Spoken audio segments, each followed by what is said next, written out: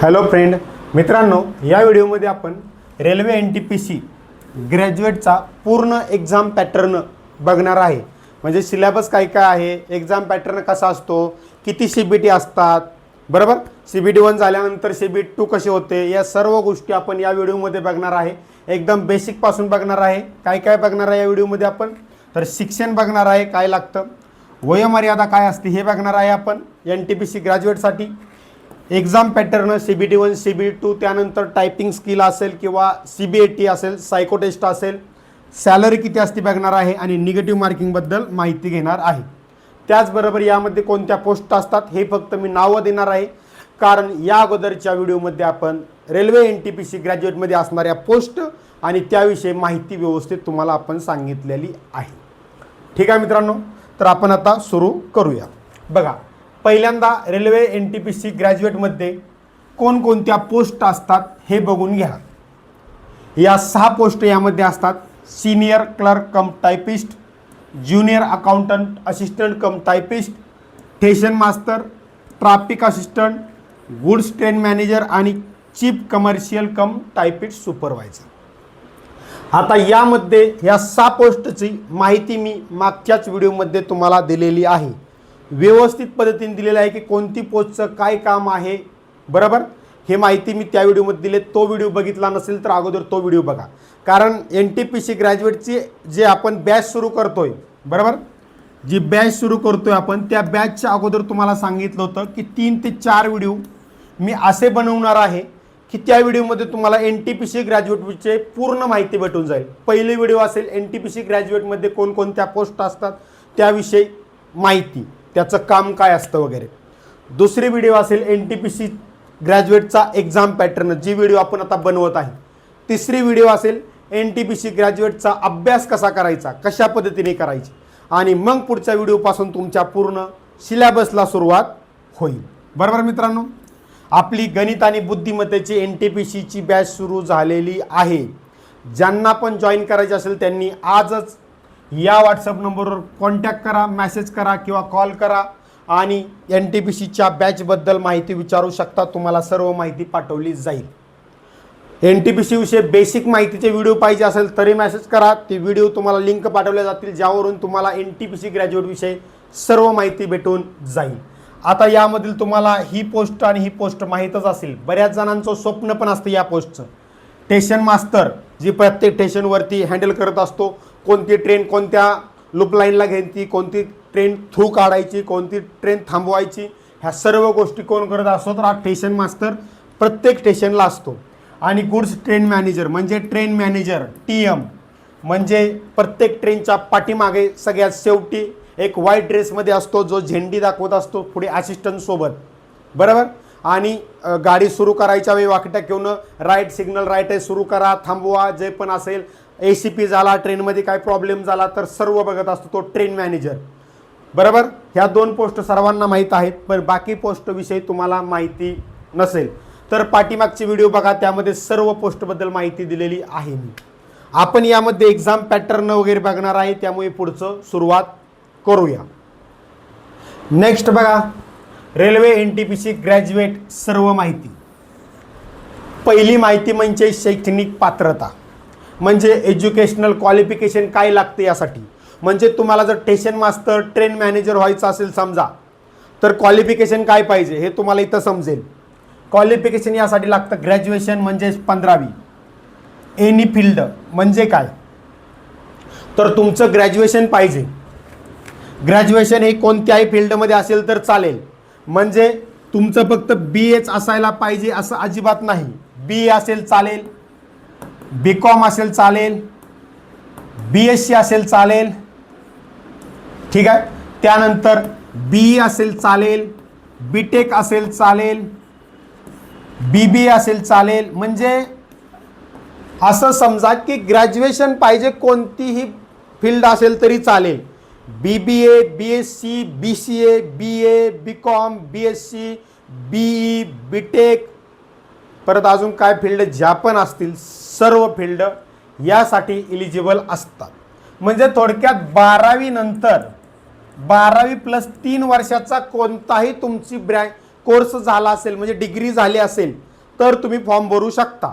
3 वर्षाची पाहिजे म्हणून इथं 15वी मी लिहिलेलं आहे 3 वर्षाची. जसं की 12वी नंतर आर्ट 3 वर्षाचं असतं, 13वी 14वी 15वी. BCom पण 3 वर्षाचं असतं, 13वी 14वी 15वी बरोबर. BSc पण तसं 3 वर्षाची डिग्री. आता BE 4 वर्षाची असते चालते, मिनिमम 3 वर्षाची. BTech 4 वर्षाचं असतं चालतं. अशा पद्धतीने म्हणजे ह्या NTPC साठी ग्रॅज्युएशन झालेली 15वी झालेला किंवा ग्रॅज्युएशन झालेली कोणत्याही फील्डमधला असेल तर तो फॉर्म भरू शकतो. नेक्स्ट वयोमर्यादा, एज लिमिट पाहिजे 18 ते 33 वर्ष.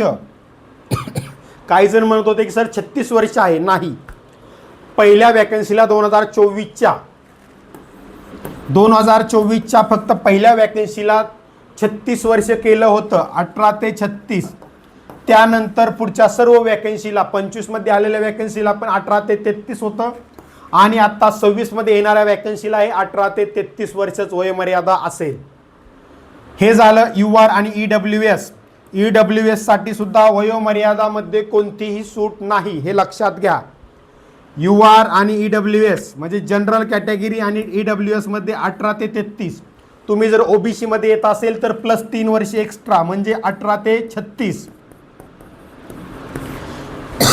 आणि तुम्ही जर SC ST मध्ये येत असाल तर 5 वर्षाची सूट आहे म्हणजे 18 ते 38. ही वयोमर्यादेमध्ये तुम्ही असेल या वयामध्ये तर तुम्ही फॉर्म भरू शकता. OBC मध्ये 18 ते 36 आणि SC UR आणि EWS मध्ये 18 ते 33. हे लिहून घ्या व्यवस्थित. जर तुम्हाला train manager, station master TT व्हायचं असेल तर नक्कीच ह्या गोष्टी तुम्हाला पहिल्यांदा माहीत असणं गरजेचं आहे. एज्युकेशन काय लागतं, वयोमर्यादा काय आहे, ह्या सर्व गोष्टी व्यवस्थित तुमच्या वहीमध्ये लिहून घ्या. ठीक आहे मित्रांनो. नेक्स्ट भाषा, लँग्वेजबद्दल बऱ्याच जणांचे डाऊट असतात.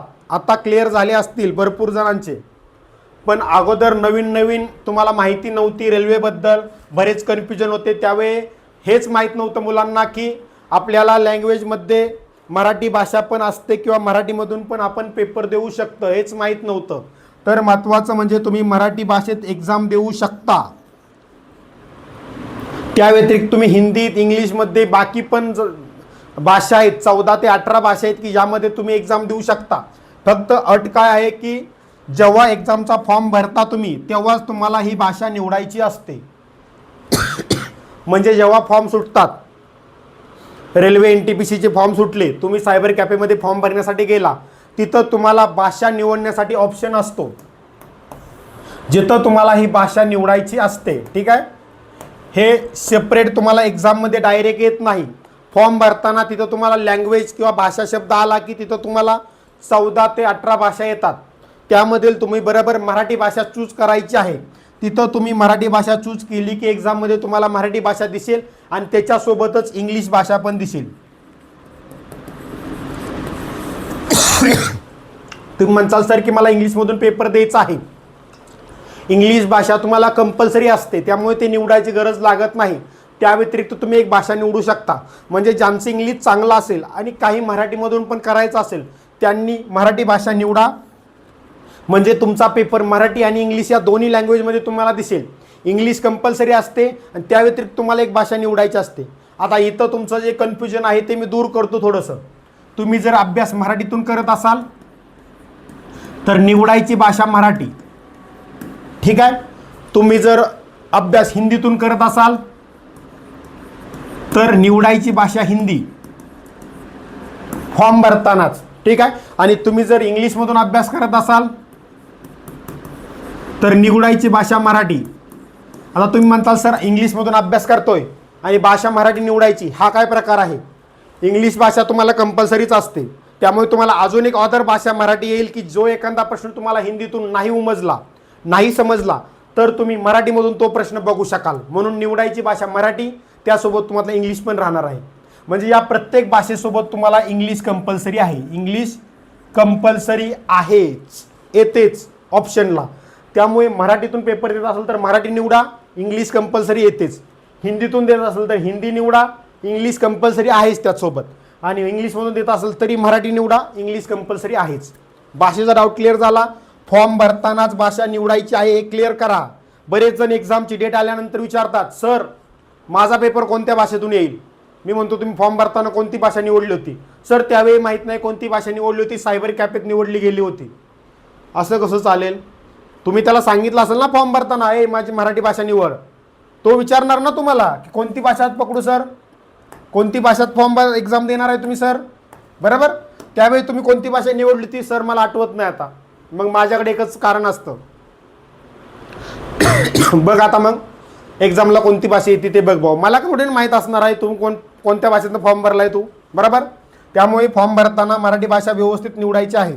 नेक्स्ट, NTPC अंडर ग्रॅज्युएट आणि ग्रॅज्युएट साठी आपला एक प्रश्नसंच आलेला आहे. रेल्वे NTPC अंडर ग्रॅज्युएट प्रश्नपत्रिका संच सर्व जिल्ह्याच्या ठिकाणी महाराष्ट्रामध्ये, काही तालुक्याच्या ठिकाणी पण उपलब्ध आहे. बारामती सारख्या मेन तुम्हाला जर ऑर्डर करायचं असेल तर बुक्स डेपोला जाऊन तुम्ही घेऊ शकता. ठीक आहे, जिल्ह्याच्या ठिकाणी.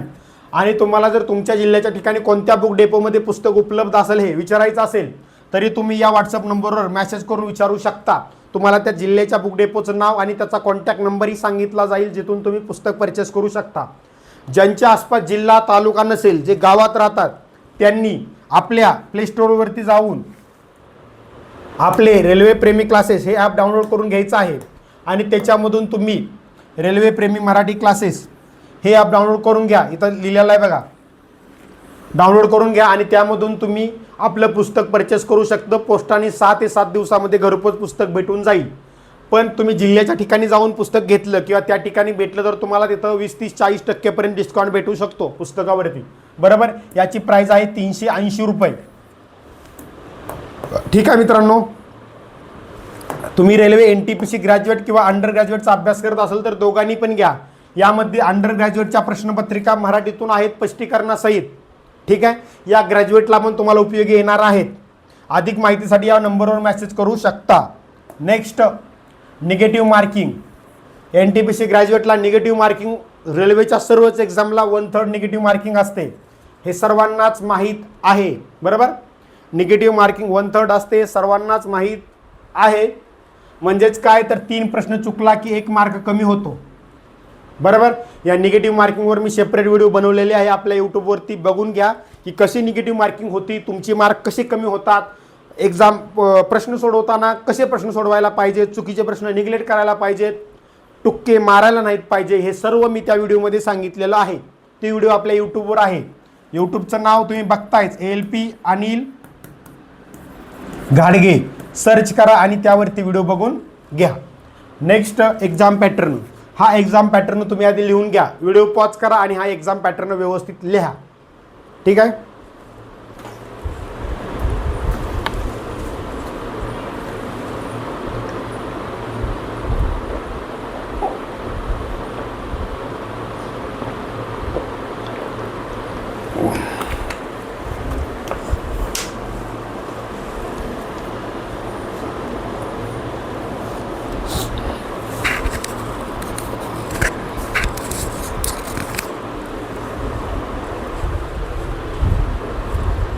ठीक आहे. आता बघा, NTPC ग्रॅज्युएटच्या सिलेक्शनच्या 4 स्टेज असतात. किती स्टेज असतात? 4 स्टेज असतात. कोणत्या 4 स्टेज आहेत? पहिली म्हणजे कम्प्युटर बेस्ड टेस्ट 1 म्हणजे CBT 1. दुसरी आहे कम्प्युटर बेस्ड टेस्ट 2 CBT 2. त्यानंतर तिसरी आहे typing skill test oblique CBAT म्हणजे कम्प्युटर बेस्ड ॲप्टिट्यूड टेस्ट. यालाच म्हणतो आपण, काय म्हणतो? Psycho test. काय म्हणतो? Psycho test. ठीक आहे. आणि चौथं मेडिकल आणि डॉक्युमेंट व्हेरिफिकेशन. आता यामध्ये सर म्हणताल तुम्ही की सर अभ्यास कोणत्या टेस्टचा कशाचा करायचा याच्यातील, तर हे चौथे मेडिकल आणि डॉक्युमेंट याचा आपल्याला काही प्रॉब्लेम नाही आहे. त्यावेळी आपण फॉर्म भरतानाच आपले डॉक्युमेंट रेडी असतात आणि मेडिकलच्या वेळी आपलं मेडिकल चांगलं असल्याशिवाय तर आपण अभ्यासाच्या नादी लागत नाही, बरोबर? त्यामुळे या चौथ्या स्टेजचा आपल्याला काही घेणं देणं आहे का? चौथ्या स्टेजचा नाही. आपल्याला अभ्यास करायचा आहे 3 स्टेजचा, 1, 2, 3. ठीक आहे, 1, 2, 3. यामध्ये पण सायको टेस्टचं त्यावेळी तुम्ही CBT 2 झाल्यानंतर जरी सुरुवात केली या ज्यांचं सायको टेस्टसाठी, तरी पण तुमचं कव्हर होऊन जातं आहे, टेन्शन घ्यायची गरज नाही. मी स्वतः तुम्हाला त्यावेळी गाईड करेन. तुम्हाला अभ्यास करायचा आहे CBT 1 आणि CBT 2चा मेन, आणि त्यासोबतच तर तुम्ही टायपिंग टेस्टच्या टायपिंग टेस्टचे जे एक्झाम आहेत यामधल्या पोस्ट त्यासाठी फॉर्म भरला असेल तर टायपिंग टेस्टचा रोज तुम्हाला सराव करावा लागेल. ह्या टायपिंग टेस्टबद्दल एक डाऊट सर्वांच्या मनात आहे, बरोबर. ते पुढं मी क्लिअर करू. टायपिंग टेस्टच्या तिसऱ्या स्टेजला तुमचा तो डाऊट क्लिअर होईल की सर टायपिंग लागतं का, टायपिंगचं सर्टिफिकेट लागतं का, कसं टायपिंग असतं, किती टायपिंग असतं, कोणत्या पोस्टला टायपिंग आहे, NTPCची आहे, सर्व डाऊट पुढे मी क्लिअर करणार आहे, काळजी करू नका. आता ह्या 3 स्टेजमध्ये एक्झाम असते, 1, 2, 3. चौथं मेडिकल डॉक्युमेंट आहे, त्याला निग्लेक्ट करून टाका, काही गरज नाही. ठीक आहे मित्रांनो. पहिलं computer based taste 1 CBT 1. CBT 1 असते 100 प्रश्न 100 मार्क, वेळ असतो 90 मिनिटे. ठीक आहे मित्रांनो.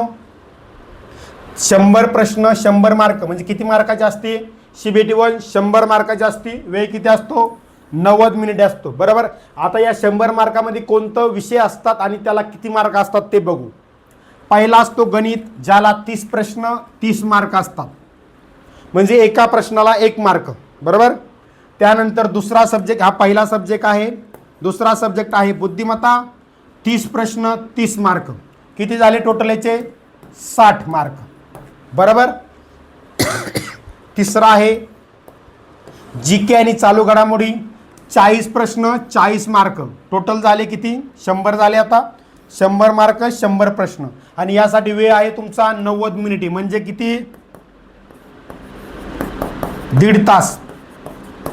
ब्रॅकेटमध्ये 1.5 तास लिहिलं तर चालेल, ज्यांना लक्षात येत नसेल त्यांनी. काय डाऊट तुम्हाला आता इथं CBT 1 मध्ये? ठीक आहे. आता आपण जी बॅच सुरू केलेली आहे रेल्वे NTPC गणित बुद्धिमत्ता, त्यामध्ये काय काय कव्हर होईल ते थोडक्यात आपण बघू. बॅचचं नावच आहे गणित बुद्धिमत्ता, त्यामुळे आपण या बॅचमध्ये गणित आणि बुद्धिमत्ता कव्हर करणार आहे 60 मार्काचं पूर्ण. ठीक आहे. मग तुम्ही म्हणसाल की सर या 40 मार्काचं GK आणि चालू घडामोडीचं काय? याचा तुम्ही बुकमधून पण अभ्यास करू शकता, पण गणित बुद्धिमत्ता समजत नाही मुलांना, त्याचे प्रश्न वेगवेगळे येत असतात रेल्वेमध्ये आणि ते समजत नसल्यामुळे त्या बॅचची गरज असते, म्हणून आपण गणित बुद्धिमत्ता बॅच सुरू केलेली आहे. GK आणि चालू घडामोडी तुम्ही तुमच्या पुस्तकातून करू शकता, बरोबर. तरी पण चालू घडामोडीच्याही आपण PDF तुम्हाला रोजच्या रोज देणार आहे. ठीक आहे. त्यामुळे हा चालू घडामोडी जवळपास 10 मार्काच्या आसपास असतील. त्या 10 मार्काचंही मटेरियल तुम्हाला PDF स्वरूपात भेटेल, म्हणजे जवळपास आपण 70 मार्काचं तुम्हाला देणार आहे. बाकी GK तुम्हाला करायचं आहे, कोणत्या पुस्तकातून करायचं हे पण तुम्हाला मी त्यावेळी सजेस्ट करेल. तरी पण आत्ता पण सांगतो, NCERTचे मराठीतून पुस्तक जे असतील, तुम्ही मराठीतून अभ्यास करत असाल तर NCERTचे मराठीतून जे पुस्तक असतील ज्यामध्ये सर्व सब्जेक्ट आहेत असं पुस्तक आहेत प्रकाशनची वेगवेगळ्या, त्यातलं पुस्तक एक घेऊ शकता तुम्ही. आणि त्यासोबतच PYQ प्रश्नसंच घ्या, जसं की आपण NTPC अंडर ग्रॅज्युएटचा पाठीमागच तुम्हाला आपण दाखवला अंडर ग्रॅज्युएटचा प्रश्नपत्रिका संच, बरोबर. असाच आपला NTPC ग्रॅज्युएटचाही प्रश्नपत्रिका संच येत आहे, तो पण घ्या, ज्यामधून तुम्हाला कसे प्रश्न येत आहेत, कोणत्या टाईपचे येत आहेत, काय करायला पाहिजे हे सर्व गोष्टी क्लिअर होतात. ठीक आहे. कारण आपल्या मराठीतून NCERT बेसवर NCERTच्या याच्यावरची मराठीतून कन्वर्ट करून पुस्तके आलेली आहेत, ते पुस्तक तुम्ही रेफर करू शकता या GK साठी. ठीक आहे. बाकी तुम्हाला या 60 मार्क आणि करंटसाठी आपली बॅच आहे. बेसिकपासून गणित बुद्धिमत्ता कव्हर करतोय, काही डाऊट राहणार नाही, त्याची काही काळजी करू नका तुम्ही. ठीक आहे मित्रांनो. हे स्पष्ट मी बॅचमध्ये असं असेल का सांगतोय, तर उद्या एखादा उठून म्हणेल सर GKची लेक्चर घेतली नाही तुम्ही, आपल्या बॅचमध्ये GK शिकवत नाही आपण. हां, गाईड करू शकतो काय करायला पाहिजे काय नाही, याचे 2-4 व्हिडिओ मी टाकेल GKची, की हा वाचा, हे वाचू नका, अशा पद्धतीने अभ्यास करा वगैरे मी टाकेल. पण आपली बॅच गणित बुद्धिमत्ता महत्त्वाचं आहे, कारण तिथं 60 मार्क तुमचे आहेत आणि करंट पण आपण PDF देणार आहे, जे तुम्ही रोज रीड करून त्यातले इम्पॉर्टंट पॉईंट काढू शकता रोजच्या रोज चालू घडामोडीचा.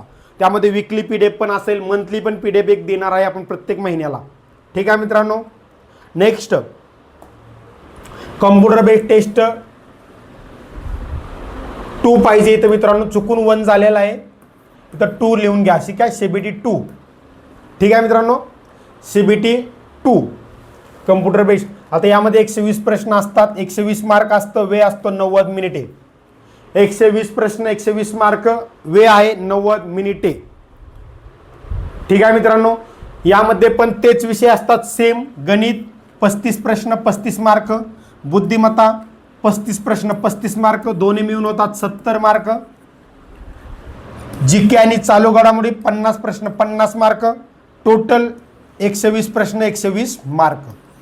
म्हणजे सीबीटी तुमची असते 120 मार्कला. किती मार्काला असते? 120 मार्कला.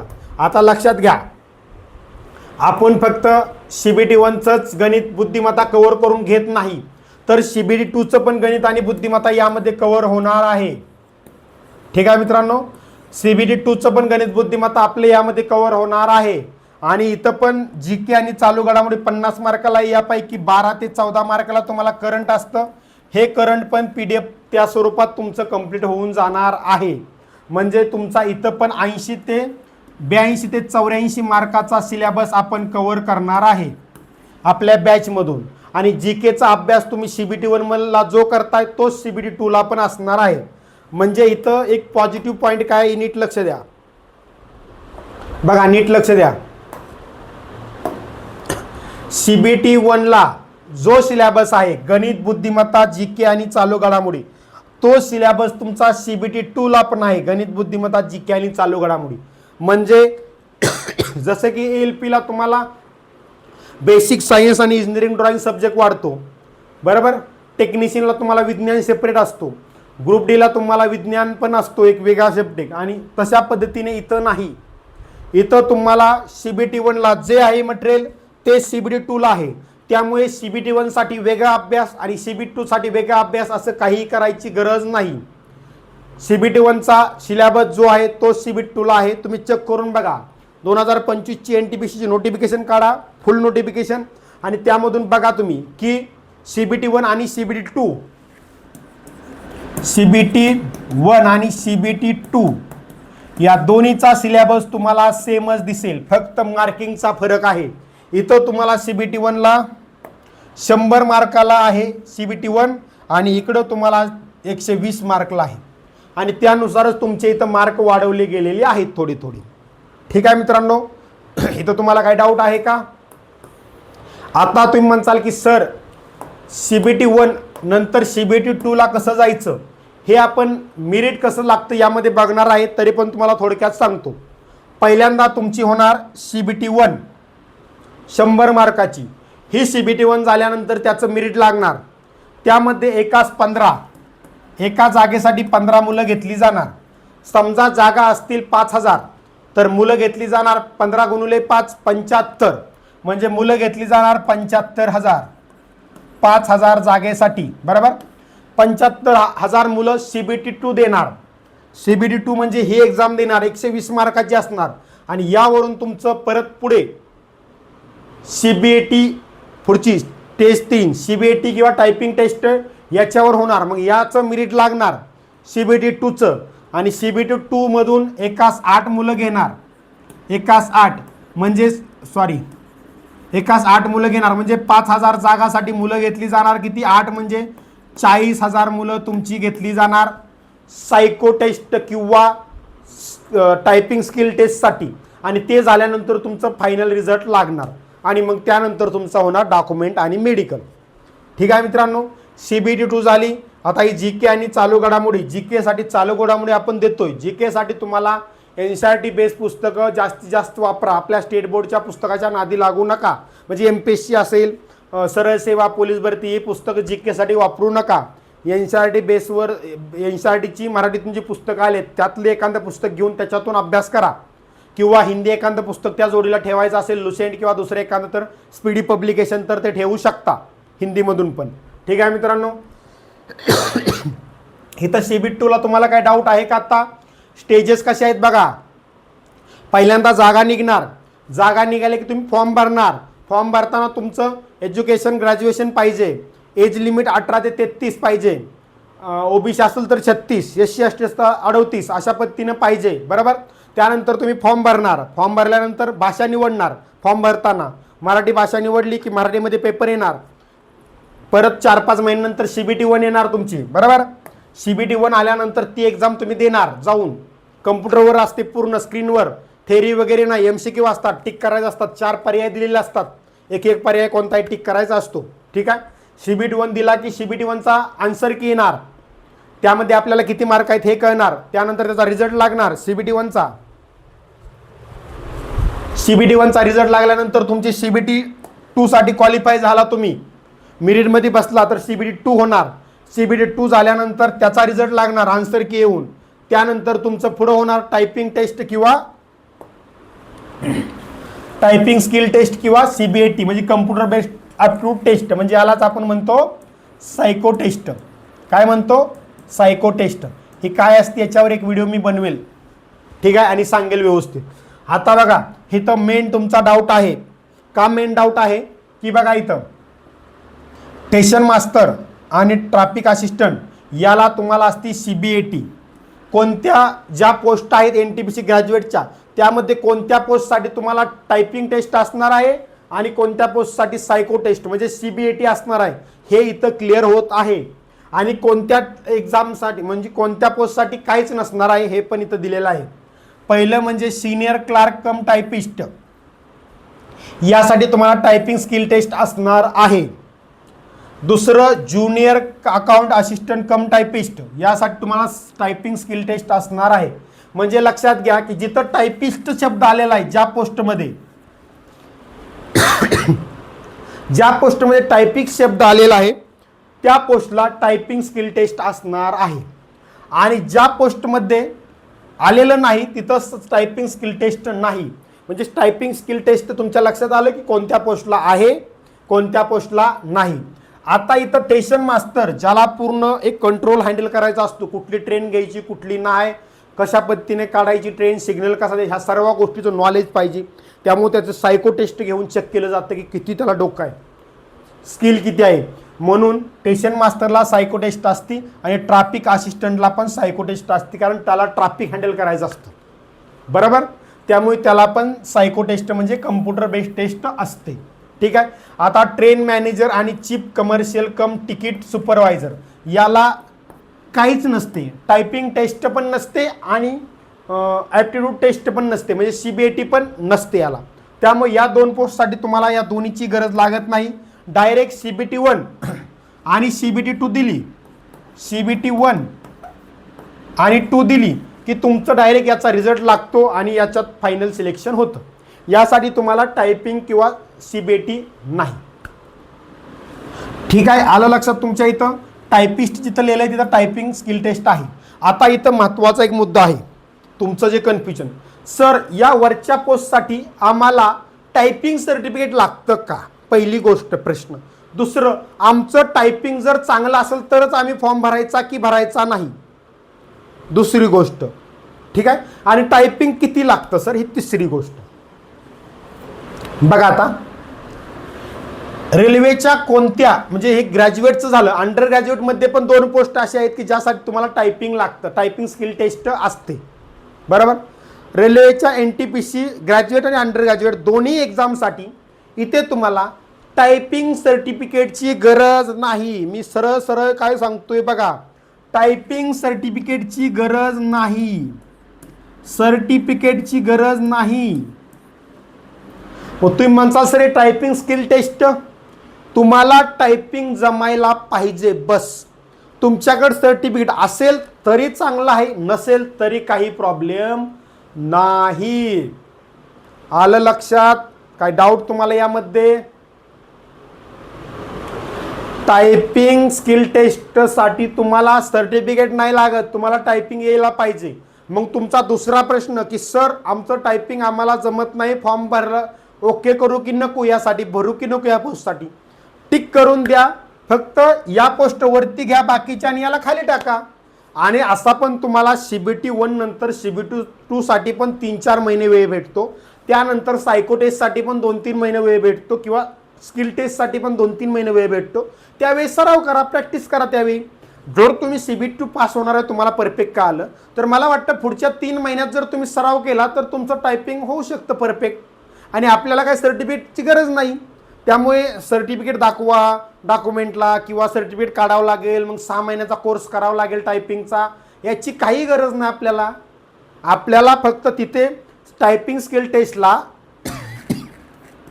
इंग्लिश टायपिंगला 30चं टायपिंग जमलं पाहिजे. किती? 30चं. आणि हिंदी करत असेल तर हिंदी 25चं टायपिंग जमलं पाहिजे बस. बरोबर? एका मिनिटात 30 शब्द आणि एका मिनिटात 25 शब्द, थोडक्यात हे जमलं पाहिजे बस. तुम्हाला टायपिंग सर्टिफिकेटची गरज नाही. टायपिंग जमलं नाही आता फॉर्म भरताना तरी पुढं प्रॅक्टिस करणार असेल तरी याला पोस्टला बरोबर करून टाका, याचं पण अभ्यास करा. आणि मग टायपिंग तुम्ही पुढं शेवटी 2-3 महिने भेटतात तेव्हा पण कव्हर करून घेऊ शकता. किंवा CBT 1 झाल्यानंतर थोडं थोडं सुरुवात करून CBT 2 पर्यंत चांगल्या प्रकारे आणि CBT 2 झाल्यानंतर तर मग फुल 2 करू शकता.